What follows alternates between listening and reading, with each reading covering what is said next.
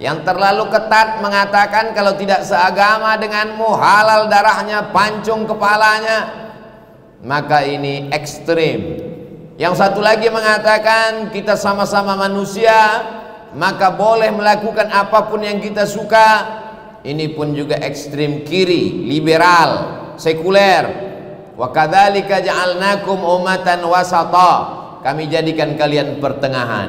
Dalam urusan sosial ada kematian, ada pernikahan, dalam hubungan bertetangga, la yanhakumullahu 'anil ladzina lam yuqatilukum fid din wa lam yukhrijukum min diyarikum. Kalau tetanggamu, kawanmu, sahabatmu, orang sekantor denganmu, satu sekolah denganmu, satu kampus denganmu, berbeda akidah denganmu, dia tidak mengusirmu dari kampungmu, dia tidak memerangi kamu, antabarruhum, buat baik kepada dia, wa tuqsitu ilaihim, bersikap adil kepada dia.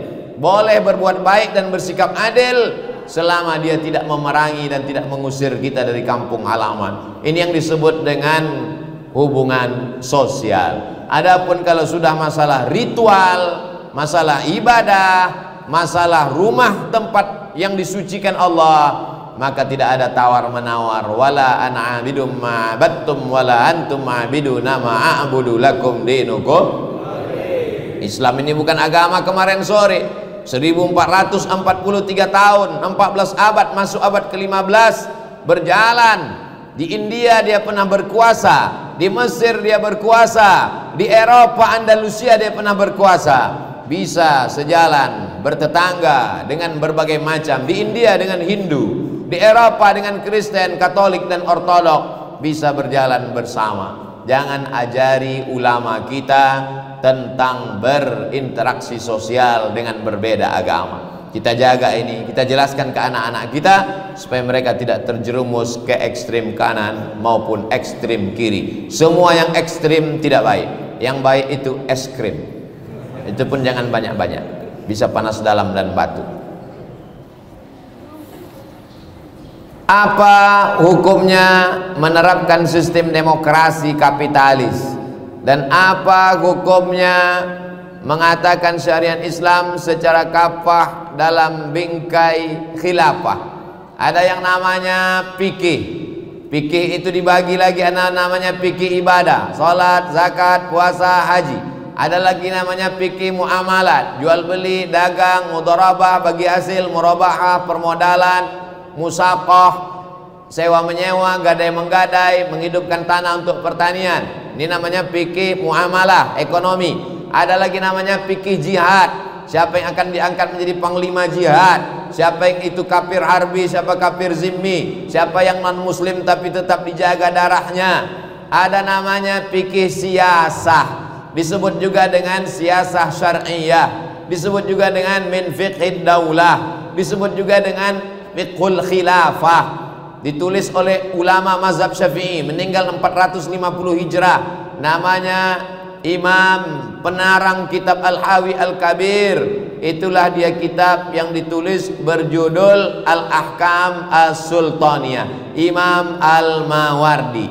Al-Ahkam, hukum-hukum, As-Sultaniyah, tentang kekuasaan.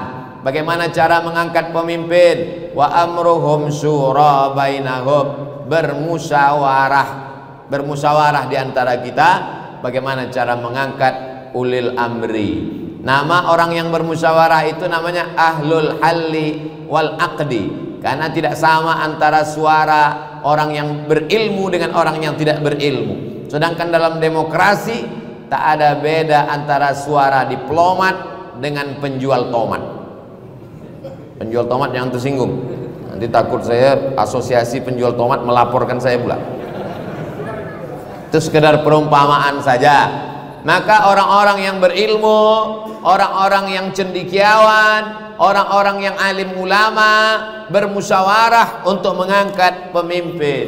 Lalu pemimpin tadi punya wajib 5, 10. Begitu dalam kitab Al-Ahkam As-Sultaniyah. Menjaga perdamaian, mendamaikan orang yang berkonflik, menjaga agama dari kesesatan, menjaga orang susah jangan sampai tak makan. Itulah mengapa para sahabat berkumpul di Saqifah Bani Sa'idah.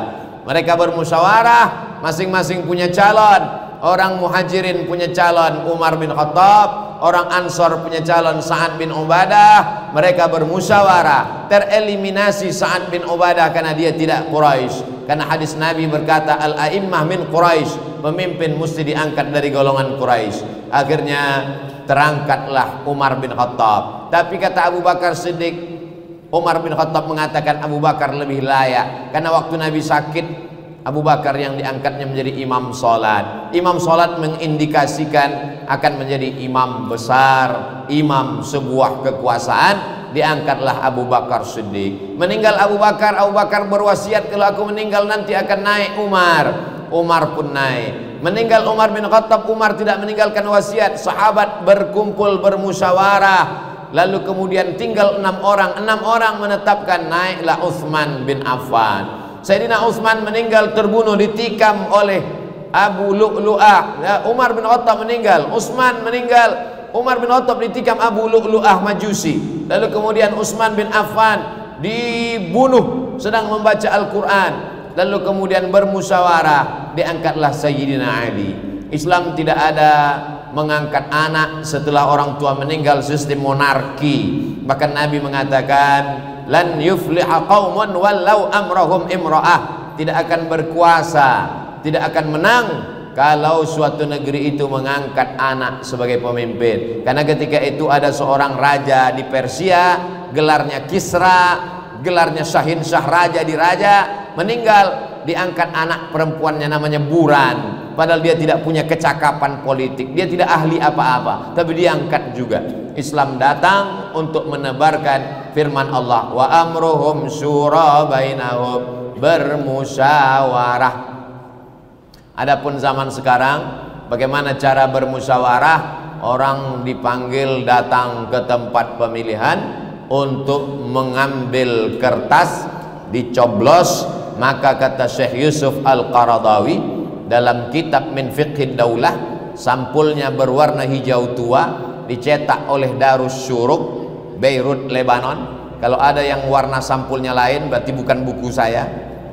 Di situ dikatakan, ketika saya mencoblos calon bupati, calon gubernur, calon presiden, saat itu saya sedang bersaksi di hadapan Allah. Aku Abdul Somad bersaksi bahwa orang ini layak amanah menjadi pemimpinku 5 tahun ke depan.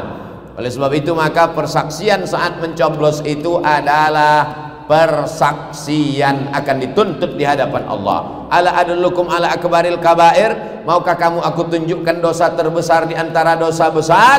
Di antara dosa besar adalah yang pertama syirik, yang kedua uququl walidain, durhaka kepada orang tua, yang ketiga syahadatuz zur, kesaksian palsu.